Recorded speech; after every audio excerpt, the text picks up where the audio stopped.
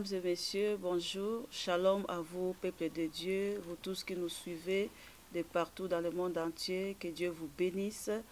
Nous nous retrouvons dans le cadre de notre émission Par la grâce.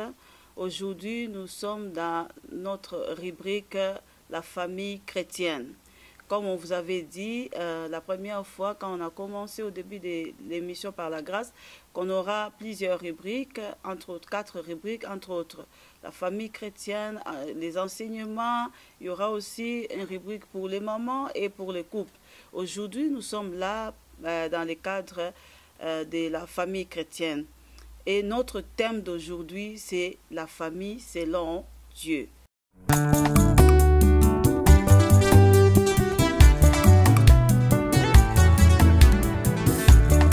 Alongolite, abakisite, asangisi nyonso apesi kombo moko bolingo.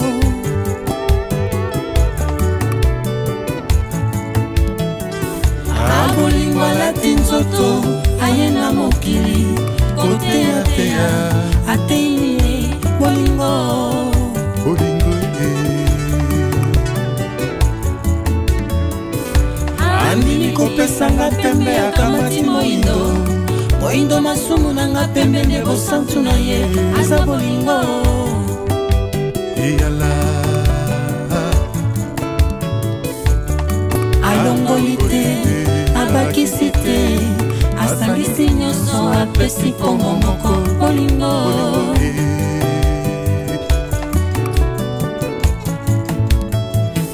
Abolingo alati nzoto, ayena mokili, kote ateya, ateilie bolingo. Bolingo, bolingo. Alors, je ne suis pas seule pour présenter cette émission.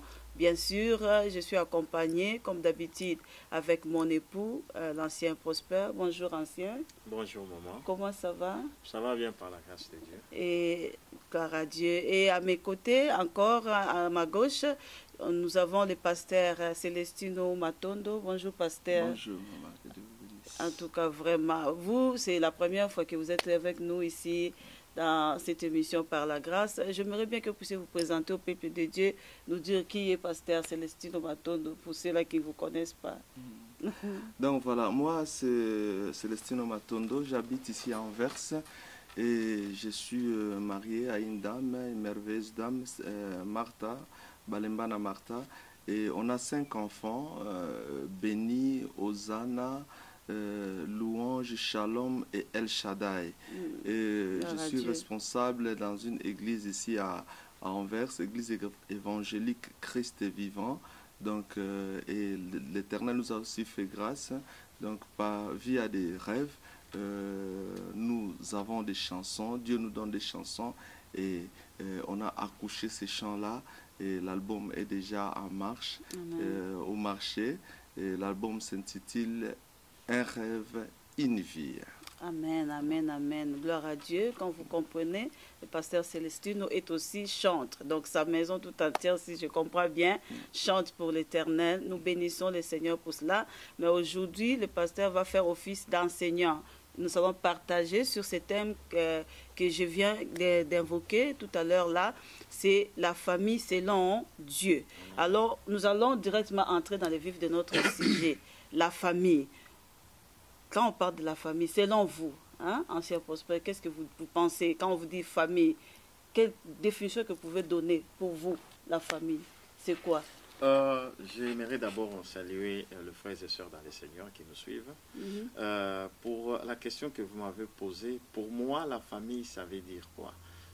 J'aimerais d'abord, si je peux prendre ma définition en moi, je vais définir la famille comme la base de toute société. Donc, quand chaque société est composée de familles, et cette base, ça se trouve, cette base, c'est la famille. Donc, pour moi, la base de chaque société, c'est la famille. Et je pourrais aussi dire que c'est le foyer de chaque individu. Donc, tout individu a une place dont il sort. Et cette place-là, c'est la famille.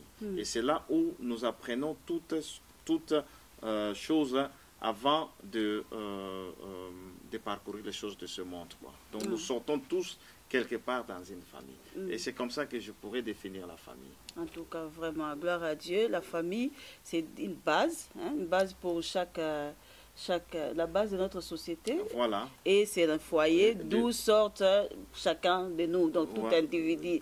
Et là, je vais me retourner vers les pasteurs célestino. La famille, l'ancien vient de le dire, c'est la base même de la société. Et puis, c'est un foyer d'où vient chaque individu. Est-ce que par là, on peut dire que la famille, c'est composé des individus à part? Ou bien la famille, c'est quoi pour vous, la famille?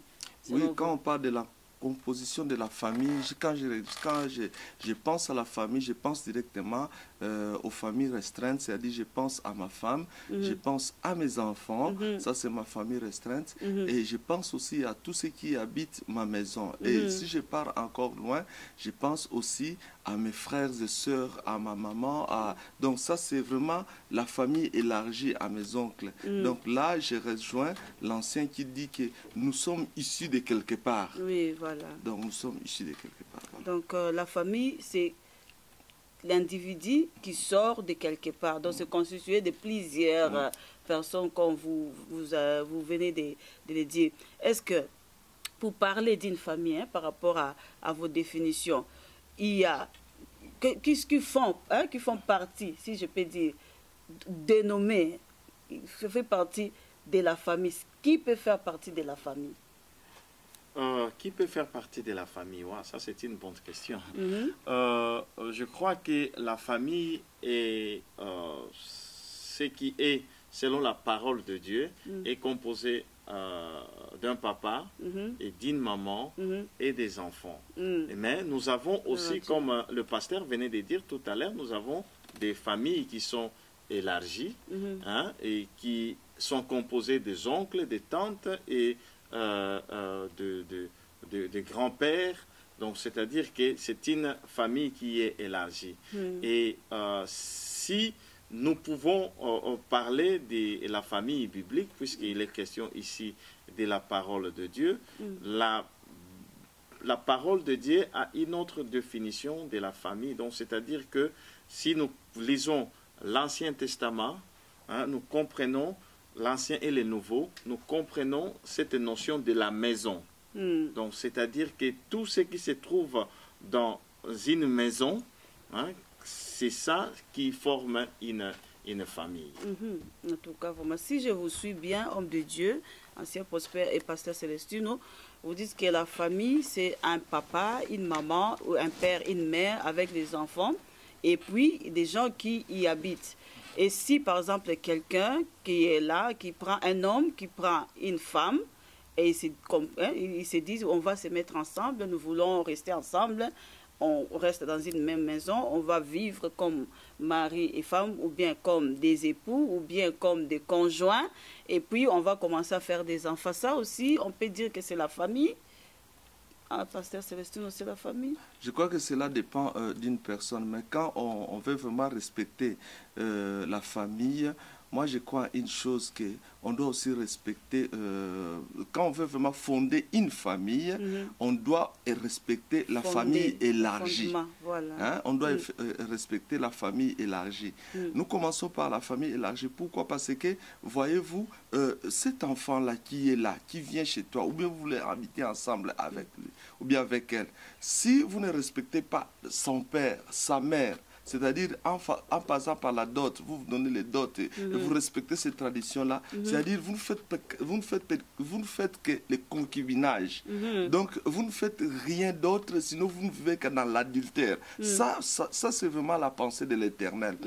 Ce qui est très important dans cette histoire, il faut respecter l'État, il faut respecter l'Église et il faut respecter aussi la société, c'est-à-dire les parents et tout. Donc si vous passez par ces trois étapes-là, là, je peux vous dire que vous garantissez, vous pouvez dire que oui, ça c'est ma femme, ça c'est mon mari.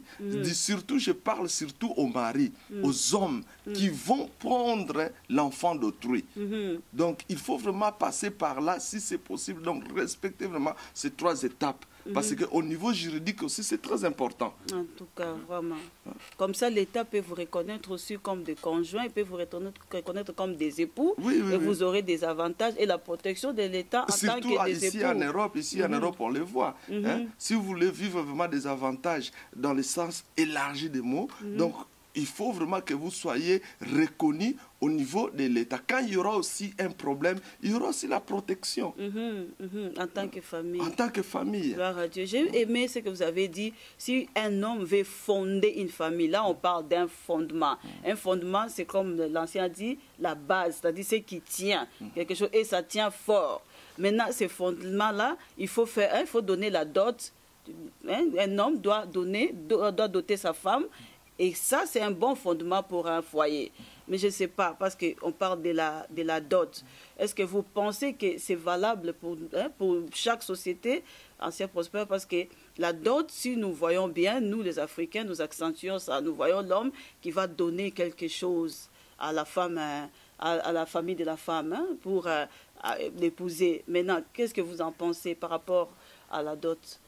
Donc, je pense même que la dot... c'est quelque chose... Est-ce qu'il faut doter? Oui, pour que l'on puisse commencer à fonder un foyer, donc c'est-à-dire il y a l'homme d'un côté, il y a la femme de l'autre qui vont se rencontrer. Ce ne sont que des individus qui se rencontrent et qui veulent fonder une famille. Mais nous comprenons, parmi ces deux individus-là, tous des sortes d'une famille. Donc ce qui veut faire maintenant, les deux individus veulent former une famille, une autre famille par rapport à la famille qui existait déjà. Donc, ils veulent élargir la famille.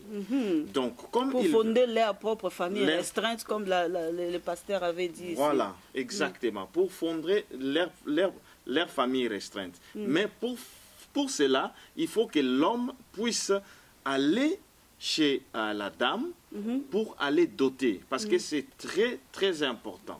C'est que la parole de Dieu me dit que la famille, la fille d'où elle vient, elle était sous l'autorité de son père. Oui, voilà. Donc son père exerçait ce que nous appelons l'autorité parentale. Et mais maintenant, quand tu veux marier cette femme-là, tu dois aller prendre cette autorité parentale dans la famille de ta fiancée. Donc, dans ce cas, tu es obligé de donner quelque chose. Et cette quelque chose-là, cette transaction-là, c'est ce que nous appelons maintenant la dot.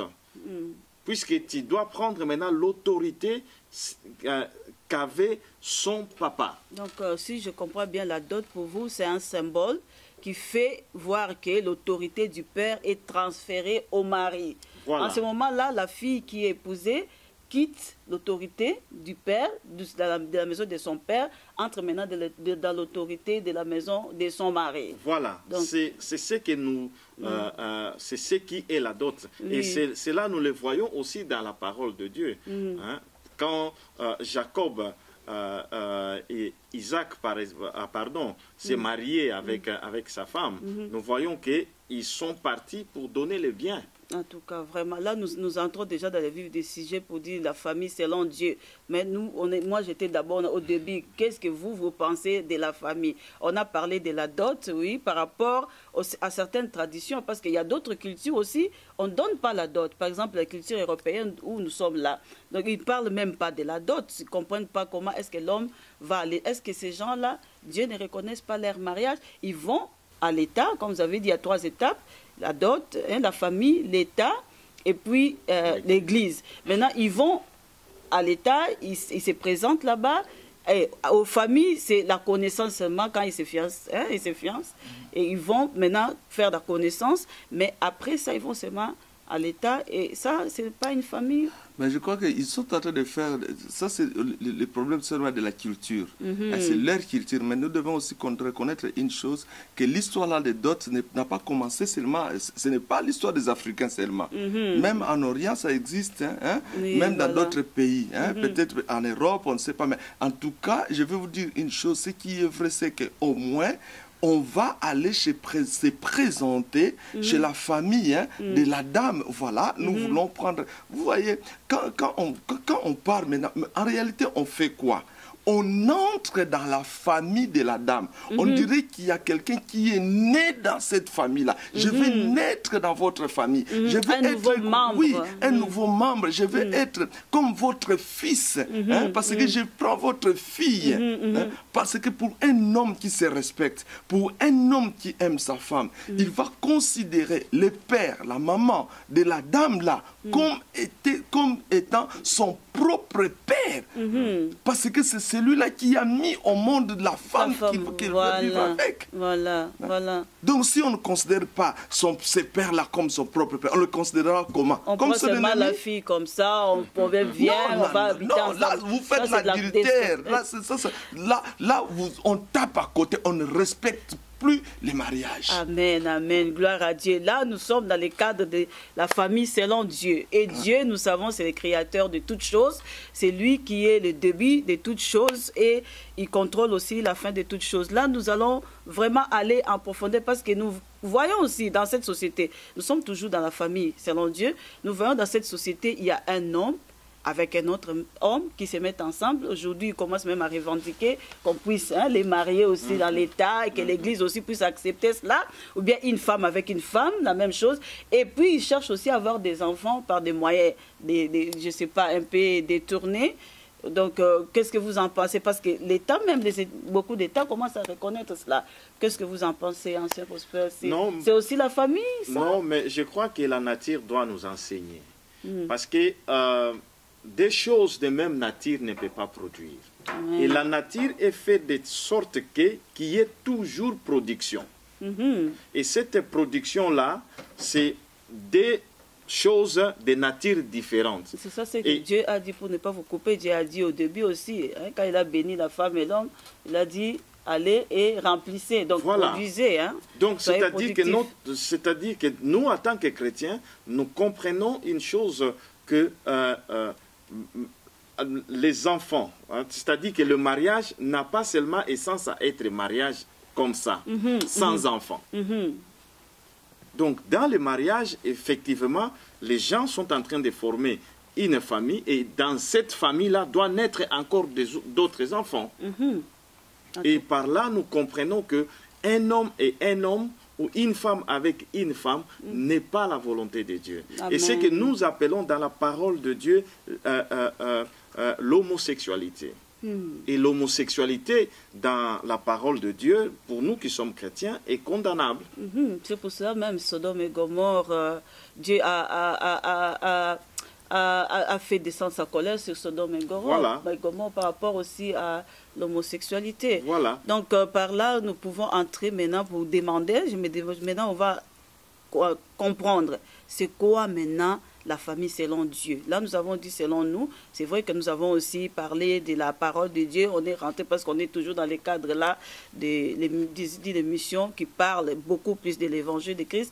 Mais selon Dieu maintenant, avec des preuves bibliques, parce qu'il y a des gens qui nous suivent, qui nous regardent, mais qui doutent, qui disent, mais comment ça? Pourquoi ils disent que Dieu ne peut pas accepter un homme avec un homme, une femme avec une femme? Pourquoi ce n'est pas légal? Pourquoi est-ce qu'on peut parler de choses comme ça en public? Mais selon Dieu, comme c'est lui le créateur de toutes choses, la famille c'est quoi? Qu'est-ce qui est écrit par rapport à la famille? Si nous regardons, il faut aller à l'origine, au commencement. Le livre de la Genèse nous enseigne toutes choses. Dans le livre de la Genèse, en premier lieu, Dieu avait créé l'homme. Et je veux vous dire une chose, que seul Dieu a la capacité de créer sans l'intervention d'une autre personne. Amen, amen. Donc, quand Dieu a créé l'homme, il n'y avait pas l'intervention de la femme.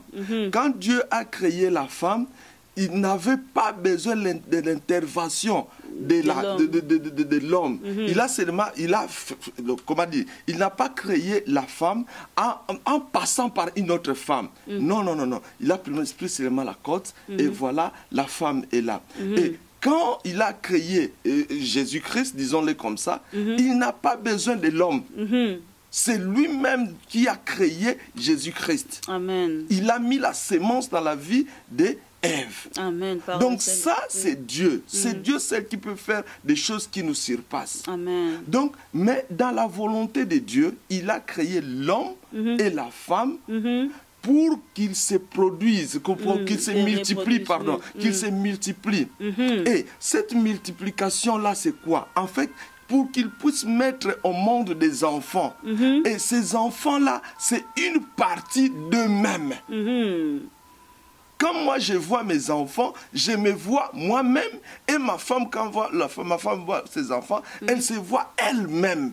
C'est une partie de nous-mêmes qui est là. Dieu avait créé l'homme selon son image, mais quand l'homme avait péché, c'est l'homme qui a créé l'homme, c'est selon son image. L'homme a commencé à changer ce que Dieu avait établi. Donc, il a commencé à faire sa propre volonté. Donc je me vois moi-même. Comme Dieu. Dans la vie de mes enfants-là.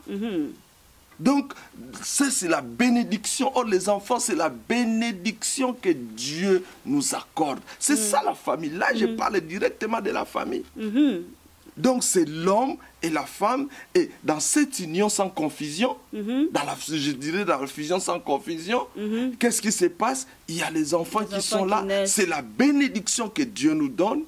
Et ces enfants-là aussi vont mettre au monde et la famille s'élargit. Pour accomplir aussi quand même la volonté de Dieu, qui était que le monde puisse être rempli par des êtres vivants qui lui ressemblaient. Voilà, telle est la volonté. Ce n'est pas l'homosexualité.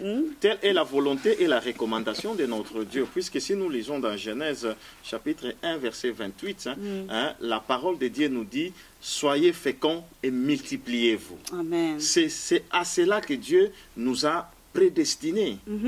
C'est à cela que Dieu nous a prédestinés. C'est ce que le pasteur Matondo venait de dire tout à l'heure là. Donc, si nous pouvons comprendre le commencement de la famille, c'est par là. La famille, selon Dieu, c'est le premier modèle que nous avons, que Dieu a donné à l'humanité. Et c'est ce modèle-là que nous allons suivre. C'est ce modèle-là pour nous les chrétiens, nous devons suivre. C'est-à-dire que ce que la parole de Dieu dit, c'est un grand mystère. C'est un grand mystère. En créant l'homme et prendre du côté de l'homme, prendre la femme, faire sortir la femme du côté de l'homme. C'est un grand mystère. Et Dieu a fondé son premier foyer dans le jardin d'Éden. Et c'est cet foyer-là qui est maintenant la famille. Donc c'est cela le modèle de la famille selon Dieu. Donc on pourra dire que non, Adam et Ève, c'est l'essence même de la famille. Voilà, c'est le commencement. Oui, le commencement, c'est la famille, il n'y a pas d'autre mot. Donc par là, ça rejoint ce qu'on avait dit, un homme, une femme. Pas un homme avec un homme, une femme avec une femme. Mais un homme, ça c'est une femme, et puis ils commencent à créer leur propre famille, ils commencent à avoir des enfants pour multiplier comme Dieu a dit, il faut maintenant aller remplir le monde. Maintenant, pour quel but Dieu avait créé la famille dans ce monde? Dieu est resté là. Il pouvait aussi se suffire pour lui-même. Mais pourquoi est-ce que Dieu a voulu que la famille soit là? Quel but il voulait atteindre alors? Je peux répondre par ceci que, vous savez, Dieu a un plan merveilleux. Dieu veut se sentir Dieu dans l'humanité. C'est pour cela qu'il a créé l'homme. En créant l'homme, il voyait que l'homme était seul. L'homme était malheureux. Il voulait le rendre heureux. Et il lui a créé une femme. Et par là, Dieu voulait fonder la famille. Dieu leur a dit, vous allez maintenant vous allez être féconds. En d'autres termes, vous allez vous reproduire encore. Mais pourquoi? Pour faire quoi? Tout simplement pour assujettir cet univers. C'est pour cela, c'est la mission ultime que Dieu nous a donnée dans l'univers. Dieu a créé l'homme pour que l'homme puisse se multiplier. En se multipliant, il puisse assujettir. Pour le représenter un tout petit peu, voilà. Si je peux comprendre, pour que l'homme puisse le représenter ici, pas quand même. Ça, je vais vous dire une chose, Dieu c'est un Dieu d'amour, premièrement. Dieu est amour. C'est un Dieu d'amour et il est amour. Et de notre côté, il veut que nous soyons aussi heureux et que nous puissions vivre dans l'amour. Si l'homme était seul, il n'allait pas vivre l'amour. Avec qui? Avec les animaux. Comme d'autres font aujourd'hui. Ils meurent, ils laissent comment est-ce qu'on appelle ça encore? Les testaments, ils donnent tout l'argent aux animaux. Non, même pas aux pauvres, mais aux animaux, aux chiens qui est là, ou bien aux chats. Qu'est-ce que les chiens vont faire avec? En tout cas. Donc, je crois que le foyer, c'est l'amour. Si je peux le définir ainsi. C'est l'amour. Dieu a voulu que l'homme vive l'amour. C'est pourquoi Marie aime ta femme. Amen. Donc, notre devoir, si Dieu a créé, comment dire, la famille, c'est pour que nous puissions vivre vraiment l'amour, pour que nous puissions sentir l'amour, pour que nous ne puissions pas être seuls. La solitude tue. Mais je crois aussi, Dieu aussi, s'il a fait, comme vous l'avez dit, c'était pour aussi éviter la solitude. Il a voulu aussi créer un être, pour créer comme un père, qui procrée, donc il voulait aussi procréer quelque part, c'est pour cela qu'il a créé l'homme, si je peux comprendre. Donc Dieu est le père de famille par excellence, si on peut dire cela. C'est lui qui a institué le mariage. Voilà. Amen. Donc c'est lui qui était là au commencement, c'est lui qui a donné la première bénédiction entre Ève et Adam. Mais lui-même il a été père, pour dire que non, il a engendré Adam comme un père. C'est-à-dire qu'il veut que le monde soit rempli, alors je dois engendrer un fils. Mais il nous appelle déjà ses fils. Il nous appelle déjà ses fils.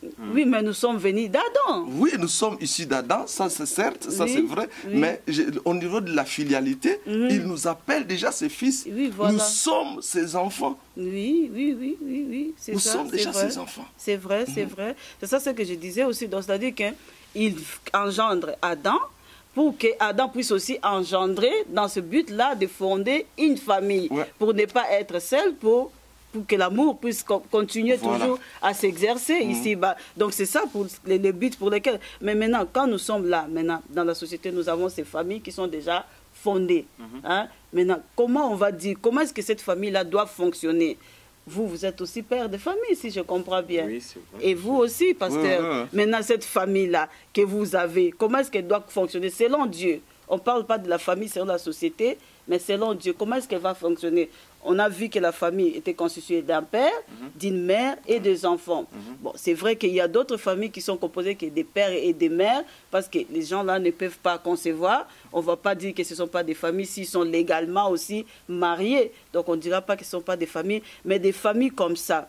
Comment est-ce qu'ils doivent fonctionner alors? Comment Dieu a établi les fonctions de chaque membre de ces familles? Je crois que la parole de Dieu nous donne beaucoup de réponses dans tout ce que nous pouvons avoir comme question. Mais si nous lisons dans Éphésiens à partir du chapitre 5 au verset 22, et nous allons aussi dans Éphésiens, ce même Éphésiens-là, chapitre 6, jusqu'au verset 9, du premier verset au 9e verset, nous allons voir quels sont les devoirs et les obligations de chaque membre dans une famille. Et là, on est en train de nous présenter une famille qui est constituée d'un mari, et qui est constituée d'une femme, avec des enfants, et il y a aussi des serviteurs dans la maison de cette famille-là. Donc, il y a tout un chacun a une responsabilité. Et c'est pour cela il y a la responsabilité, par exemple, de l'épouse, c'est de se soumettre à son épouse.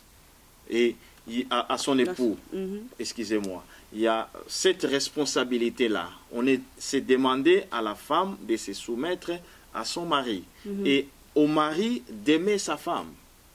Et on nous montre aussi, on dit aux enfants de respecter aussi ses parents. Et on nous montre aussi des serviteurs et des servantes d'aimer leur patron ou bien leur patronne, ou bien d'aimer leur maison, leur maître. Donc, cela veut nous montrer que dans cette famille-là, dans la famille chrétienne, il y a à chacun de nous une responsabilité. Il y a un rôle à jouer. Donc c'est comme ça que Dieu l'a établi. Et je crois que ce n'est pas pour rien que Dieu a établi ce rôle-là, comme l'Ancien vient de le dire. Je ne sais pas si vous êtes d'accord que non, le père est là pour aimer sa femme et la femme doit être soumise à son mari. Les enfants doivent respecter leurs parents et les serviteurs doivent obéir à leur maître. Donc, oui, je suis tout à fait d'accord avec l'Ancien et je peux aussi ajouter ce qui est écrit dans le psaume 127. La parole de Dieu nous dit ceci: si l'Éternel ne bâtit la maison, ceux qui la bâtissent travaillent en vain. Amen. Si l'Éternel ne garde la ville, celui qui la garde veille en vain. En vain vous vous levez, vous, matin, vous couchez tard et vous mangez vos pains de douleur. Il en donne autant à ses bien-aimés pendant leur sommeil et on continue. Voici des fils et des filles sont des héritages, un héritage de l'Éternel, les fruits des entrailles, une récompense. Donc, on peut continuer dans Psaume 127 pour dire tout simplement, si l'Éternel ne bâtit pas la maison, notre modèle doit venir de l'Éternel. Amen. Amen. Notre modèle, bien aimé, Dieu est amour. Et comme lui, il est amour, il aime bien être là où il y a l'amour. Et il aime bien nous enseigner l'amour. Et comme il connaît bien, très bien l'ordre des choses, il veut que cet ordre aussi soit établi dans nos maisons. Amen. Dans nos toits, il veut être là. Donc, comme il veut être là, c'est pourquoi la parole de Dieu nous dit, si lui ne bâtit pas. Donc, c'est pourquoi il y a tant de divorces. Parce que nous n'avons pas mis Dieu dans notre affaire. Aujourd'hui, vous voyez ça, Dieu ne trouve pas d'intérêt. Ça, ce n'est pas la femme du ministère. Ça, c'est pas. Il y a tant de divorces. Oui, je vous le dis. En tout cas. Moi, je suis avec ma femme là, 24 ans, 25 ans de mariage, 32 ans de rencontres. Bana toye, banana chérie, tout ça qui dans la classe. Chilelo. Moi, si on a un ministère, n'a qui paga notamment tozalaka, n'a yekara tozane chilelo. Jusqu'aujourd'hui, nous sommes ensemble. Donc, c'est Dieu qui a voulu que vous puissiez vous rencontrer pour que Dieu vous a voulu que nous puissions. Dieu a voulu ça. Je peux aussi vous dire ceci. J'ai aimé, j'ai vu, Dieu a approuvé, Dieu a accepté. On a laissé tout entre les mains de l'Éternel et on continue l'histoire avec nos bitumba. Gloire à Dieu, gloire à Dieu. Donc, aux hommes qui nous regardent, si vous avez aimé, même si vous êtes païen, suivez, allez. Aborder quand même la fille. Là, même s'il y a un faux départ. Oui. Même s'il y avait un faux départ. Il peut y avoir Dieu dans un faux départ aussi. Il n'y a pas de problème. Oui. Laissez seulement Dieu dans cette histoire. Amen. Ça va finir, ça va atterrir bien. Amen, amen. Donc si tu es déjà marié, serviteur de Dieu, homme de Dieu, ne va plus chercher une femme de ministère. Donc c'est ta femme que Dieu t'a donnée. Cherche comment est-ce que vous allez arranger les choses. Donc des fois, si nous regardons bien, que nous voyons...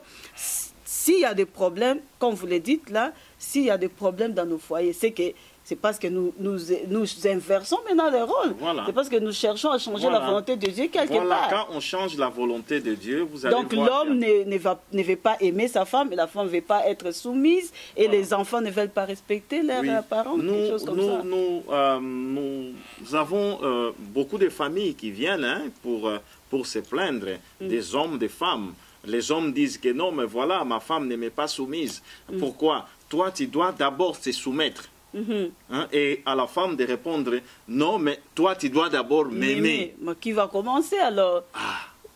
Donc, c'est maintenant un cercle qui est vicieux. Mais si nous ramenons des choses telles que Dieu l'avait dit, chacun à sa place, nous allons avoir une famille selon que Dieu veut que la famille puisse être.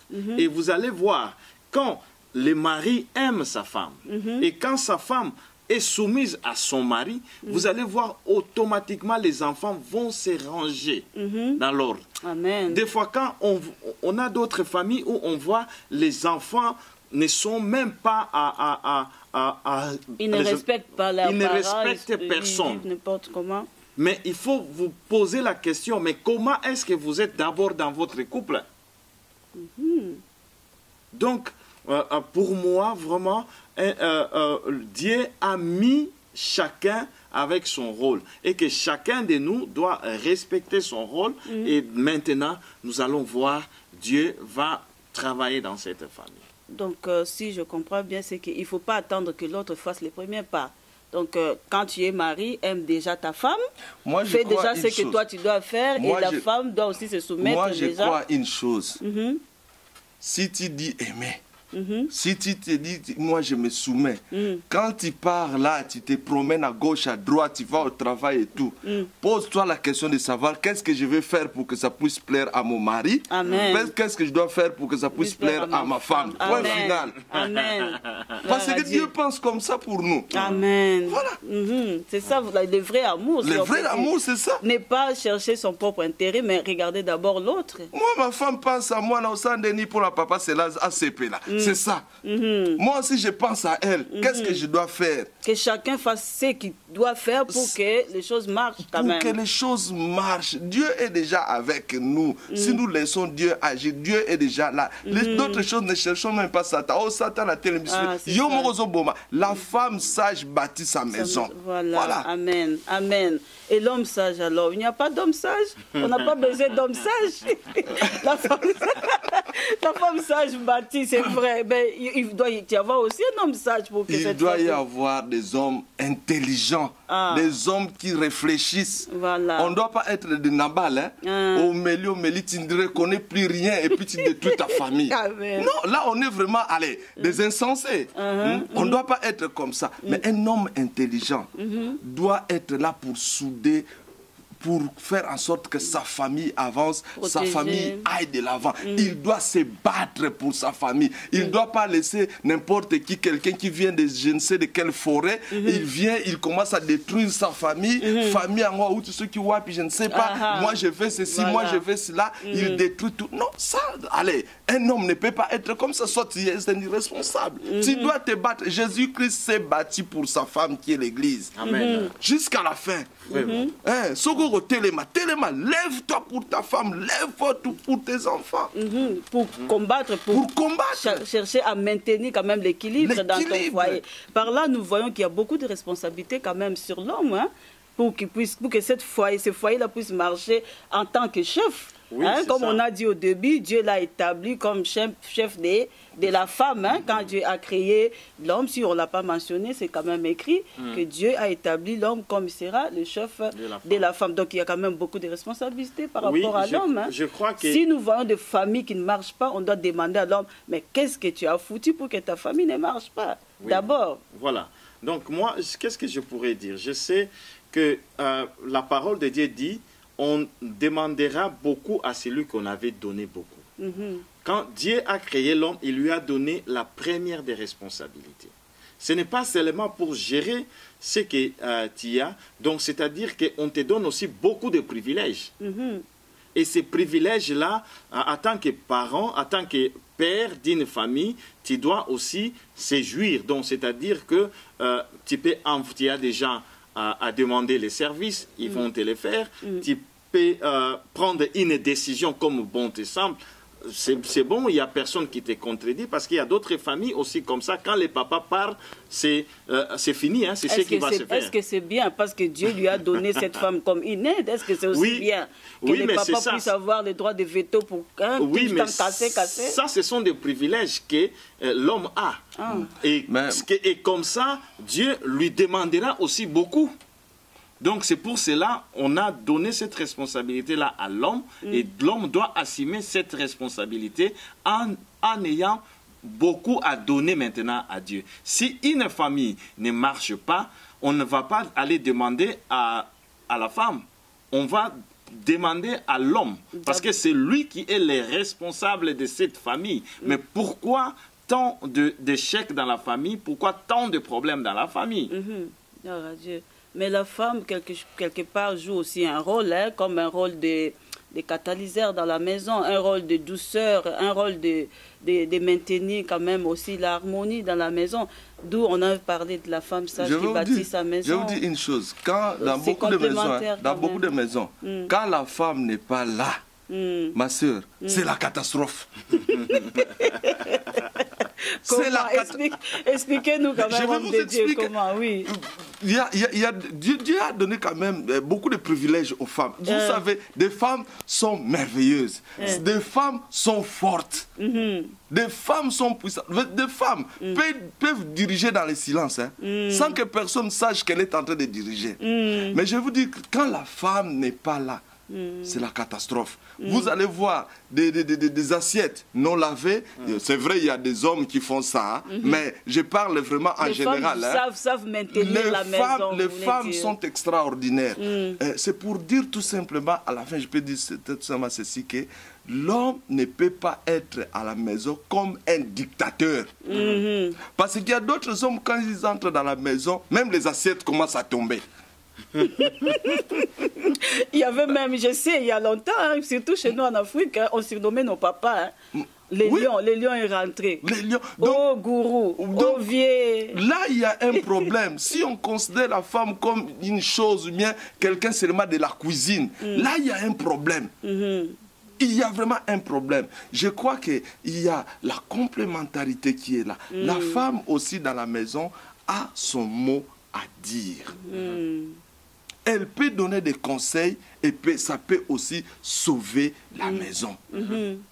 Elle peut aussi faire des choses qui peuvent faire en sorte que la maison marche et la maison aille de l'avant. Parce qu'on se complète. Oui, voilà. On se complète, on n'est plus dans la société où c'est l'homme seulement. Par exemple, au niveau du travail, c'est l'homme seulement qui devait travailler, c'est l'homme qui devait faire à l'extérieur de la maison, pour apporter quelque chose à la maison. Pour apporter quelque chose à la maison. Aujourd'hui, faites ça. Vous allez avoir des huissiers derrière vous. Et vous allez devenir des jaloux. Des autres qui réussissent. Oui, des autres. L'autre roule avec la voiture, ceci, l'autre a une maison comme ça. Vous allez, on va se faire des jaloux. Donc, aujourd'hui, on se complète. Je crois que dans la maison, on doit se parler. On doit se concerter. On doit être plus que des amis. C'est ta femme, c'est ton mari. Quand ma femme, elle peut me dire, papa, Koto, ça ne va pas, tu n'as pas bien fait. Il faut faire très attention. Hein. Sinon, ça risque de tourner mal. Donc, il faut être aussi à l'écoute de sa femme. Quoi. Je crois que quand Dieu a créé la femme, il n'a pas créé pour être la muette, pour obéir seulement à la volonté de l'homme. Dieu l'a créé comme une aide. Il a dit, je lui ferai une aide semblable. C'est-à-dire que la femme, c'est un être aussi qui est quand même semblable à l'homme. Dieu le voit au même niveau en tant que ses enfants, mais sauf que comme il faut y avoir quand même une hiérarchie, il y a quand même un chef qui représente. Mais avant que l'homme puisse aller représenter la famille, il a quand même besoin aussi des membres de la famille, écouter surtout la femme qui est l'aide semblable, proche, pour qu'il puisse l'aider. Donc la femme a un rôle, comme le pasteur a dit, d'influence, beaucoup d'influence au mari. Comme nous voyons l'exemple dans la Bible, Moïse n'avait pas circoncisé son enfant. N'avait pas circoncisé, mais c'est lui qui avait amené cette loi de la circoncision. Par lui, Dieu lui a donné cette loi de la circoncision. Et nous voyons, c'est qui a résolu le problème? C'est sa femme, en circoncisant son enfant. Donc, bien-aimés dans le Seigneur, nous voulons dire ici que la femme est très importante. La femme, c'est vraiment l'aide. Quand la parole de Dieu dit que la femme est l'aide semblable à l'homme, donc c'est-à-dire ce n'est pas en vain celle qui est à notre côté. Ce n'est pas un être inférieur, mais c'est une aide semblable. C'est une aide semblable. Mais quand chacun entre maintenant dans son rôle, et c'est là où vous trouvez l'harmonie dans la famille. Mais quand les rôles sont inversés, là, la femme devient le chef, l'homme devient celui là, qui est nous avons un problème. Dieu a voulu tuer l'enfant de Moïse. Il a voulu tuer. Mais si ce n'était la femme qui était à côté d'elle. Donc, il y a beaucoup d'exemples dans la Bible où nous voyons que les femmes interviennent. Comme une aide. Qui viennent pour donner quand même des conseils à l'homme, et ça marche aussi parce que l'homme est aussi à l'écoute. Donc nous allons quand même dire à nos papas, écoutez aussi vos épouses, quelquefois, donc il faut aussi que cette épouse-là soit aussi une femme sage, parce qu'il y a aussi des femmes qui sont influentes, mais de mauvais côtés. On voit les cas de Jézabel, qui a influencé aussi son mari, mais d'une mauvaise manière. Ouais. Donc il y a aussi de telles femmes qui disent... On voit, non pas seulement elle a influencé les maris. Les maris lui-même avaient déjà des problèmes. il avait laissé son poste. Il avait déjà des problèmes. Il avait déposé parce que pour un homme, il ne pouvait pas se laisser... Il était envieux. Alors la femme venait, faisait quoi?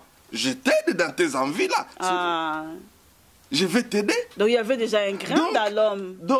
Donc l'homme qui était là ne pouvait pas éduquer sa femme. Il y a l'homme, comme l'homme, le chef de la maison là, normalement son rôle aussi est d'éduquer. S'il y a quelque chose qui ne va pas chez sa femme, éduque ta femme dans la douceur. Amen. Dans la paix. Fais-lui montrer que ça, on dirait que nous allons avoir des problèmes hein, si tu continues comme ça. Mais l'autre qui est là veut quoi?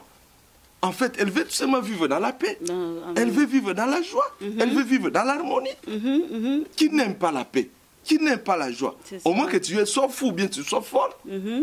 Mais si tu es un homme normal, bien une femme normale, je crois que notre objectif, c'est de vivre dans la paix, dans la joie, là où je suis. Voilà. Vous savez, pasteur, quand vous venez de dire que l'homme éduque ta femme, moi, j'ai toujours l'habitude de dire que l'homme, c'est le pasteur de la maison. Ah oui? Donc, dans chaque maison, là, dans chaque famille, là où l'homme, le papa qui est là, il est le responsable, c'est lui qui est le pasteur. Et le pasteur, il est là aussi pour éduquer, n'est-ce pas? Donc, l'homme est là, c'est son travail à lui. En tout cas, donc, vraiment... que les gens ne puissent pas être choqués parce que ce que le pasteur venait de dire. Non, l'homme est aussi le pasteur de sa maison. Et l'église, effectivement, c'est là où ça commence à la maison. Voilà, c'est ça ce que je voulais aussi dire. Par exemple, si nous parlons de ces choses-là, quand tout le monde, chacun de nous a sa place, les choses marchent bien. Donc, si déjà les choses marchent bien à la maison, je crois que cela aussi va s'impacter aussi dans l'église. Ouais. Normalement, quand les choses marchent, vous savez, l'histoire là des couples, ça peut tuer des nations.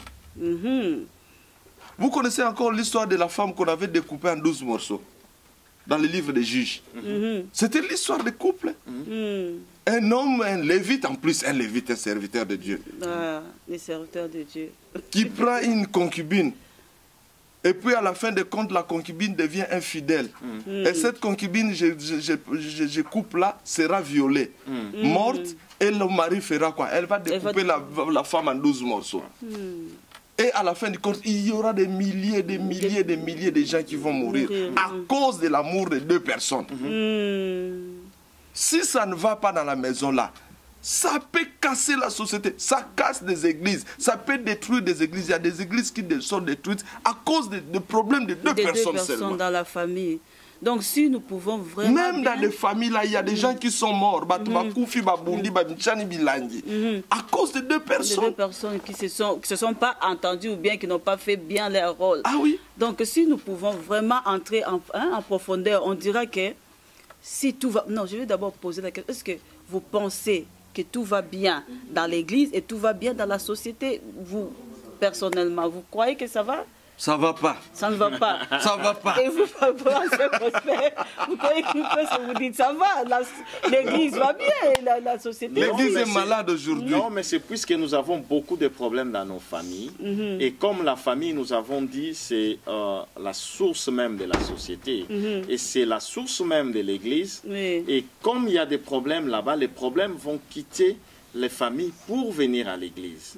Donc on ne peut pas dire que tout va à l'église, non? C'est-à-dire que tout, il y a beaucoup de choses qui restent quand même à régler. Donc si nous voyons maintenant que les choses ne vont pas bien à l'église, les choses ne vont pas bien dans la société, là maintenant on doit maintenant chercher dans la famille.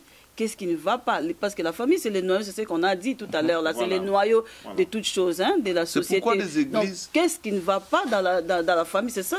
Chaque famille doit maintenant se poser la question, qu'est-ce qui ne va pas dans ma famille pour que la société n'aille pas bien, pour que l'Église souffre comme elle souffre là. Le problème de nos familles, bien le problème de nos familles, c'est quoi? C'est souvent on copie ce qu'on est venu rencontrer. On est des copistes, on n'est pas stable.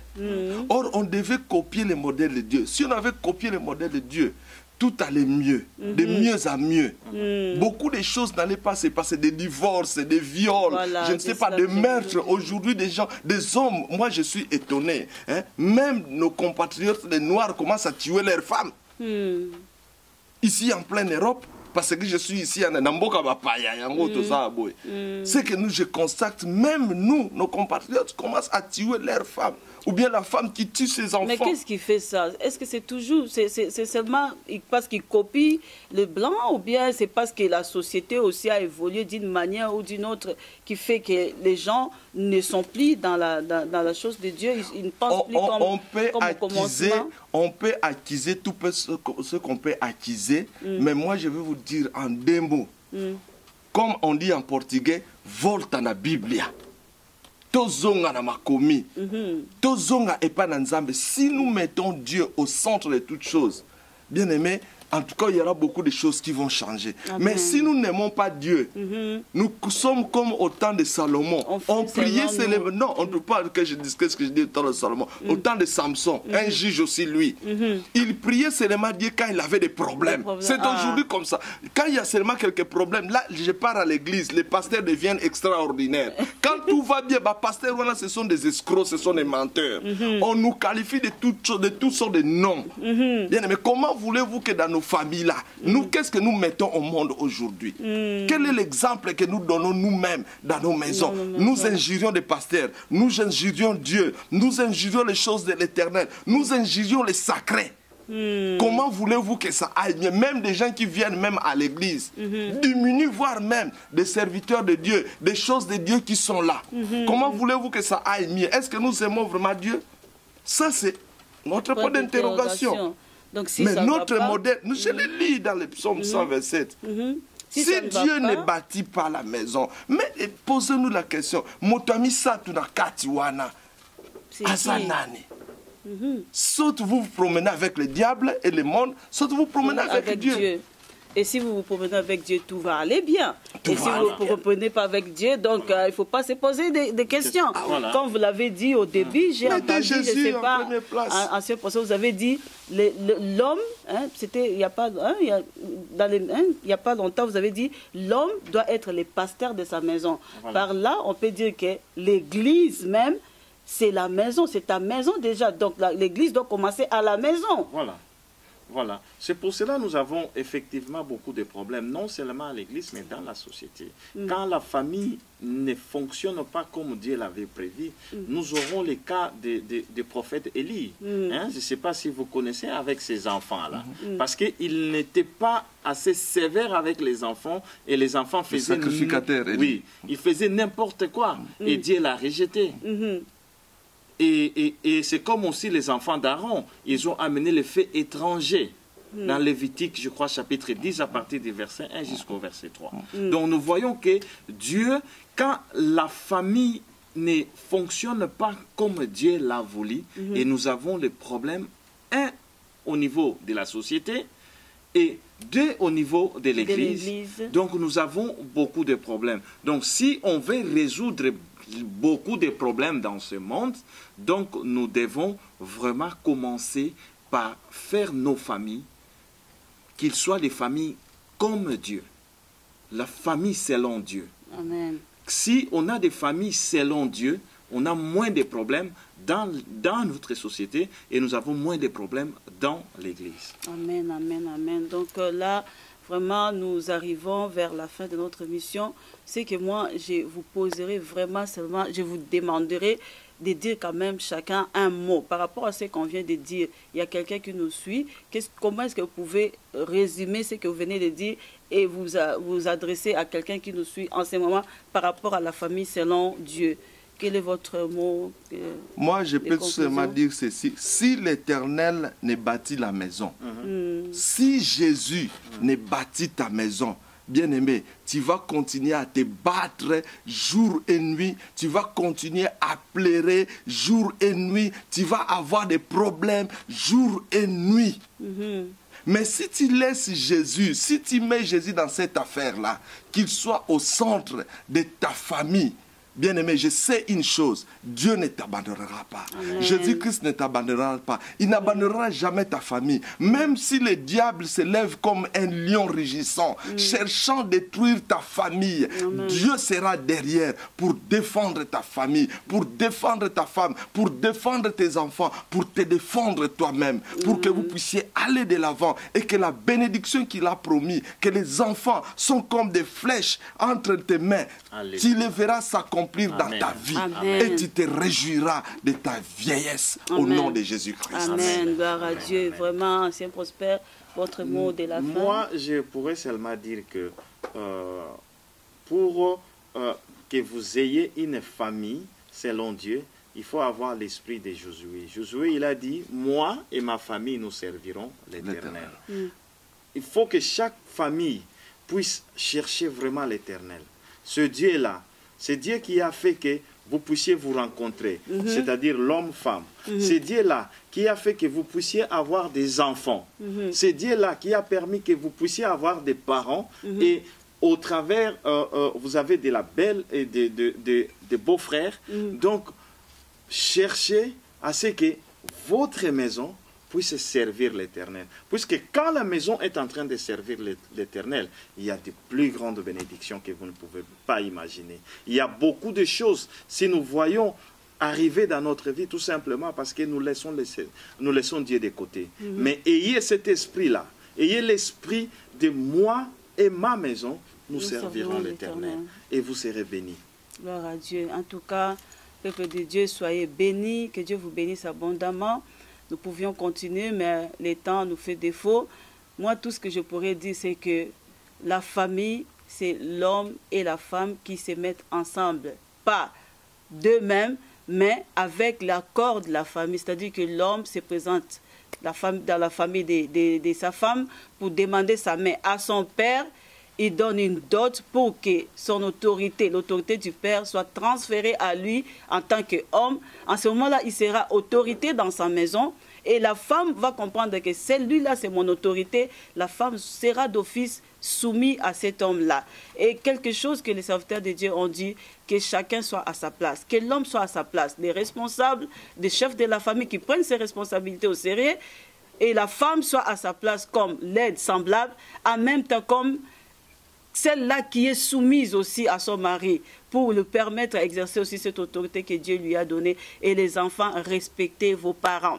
Quand tout le monde fera ce que Dieu a dit de lui-même, qu'ils n'attendent pas que l'autre puisse le faire, parce qu'on attend souvent que l'homme commence, que la femme commence, que les enfants commencent. Mais ça va de pair que chacun, quand tu as la connaissance que je suis père de cette famille, directement, je suis responsable et l'autorité de cette famille, je veille à ce que tout va bien. Et l'autorité pour l'homme, pour Dieu par exemple, c'est d'aimer. Exercer l'autorité, ce n'est pas dominer sur les hommes. Dieu ne nous a pas demandé de dominer sur nos semblables, de dominer sur les animaux, tout ça, mais pas sur nos semblables. Mais pour que tu puisses aimer cette femme-là et l'aider à s'épanouir aussi. Et la femme sera soumise aussi à son mari parce que cet homme-là, c'est son autorité et c'est comme ça que c'est établi. On ne peut pas refuser cela, c'est comme ça. Et que chacun puisse se réjouir dans sa position que Dieu lui a donnée. Et nous verrons maintenant que la famille ira bien, l'Église ira aussi bien et la société ira bien parce que nous avons dit ici que la famille, c'est le noyau même de la vie ici-bas. C'est le noyau de la vie ici-bas. Si tout va mal, nous devons regarder nos familles. Comment vont nos familles? Rétablissons toutes choses selon le plan de Dieu et nous verrons que Dieu va se manifester puissamment parce qu'il est toujours derrière sa parole pour l'accomplir. Il a dit, je connais les projets que j'ai formés sur vous, les projets de paix et non de malheur, afin de vous donner un avenir et de l'espérance. Donc, il est derrière sa parole, il va l'accomplir de toutes les façons. Que Dieu vous bénisse abondamment. Retenez bien, nous sommes sauvés par la foi, nous sommes sauvés par la grâce, mais au moyen de la foi. Pardonnez-moi. Que Dieu vous bénisse tous. À la prochaine en tout cas. Merci beaucoup, Pasteur Matondo Celestino. Merci beaucoup, ancien prospère. Amen. Que Dieu vous bénisse tous. Au revoir et à la prochaine.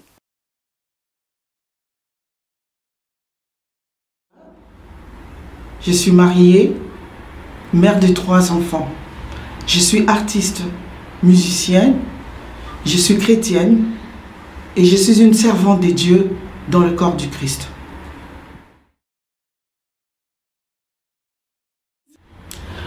Je remercie Dieu de m'avoir permis que je réalise cet album. Peuple de Dieu, je vous aime beaucoup. J'ai besoin de vous. Vous avez aussi besoin de moi. Soutenons-nous pour aller de l'avant. Je vais vous transmettre la joie et vous verrez la joie de Dieu. Merci.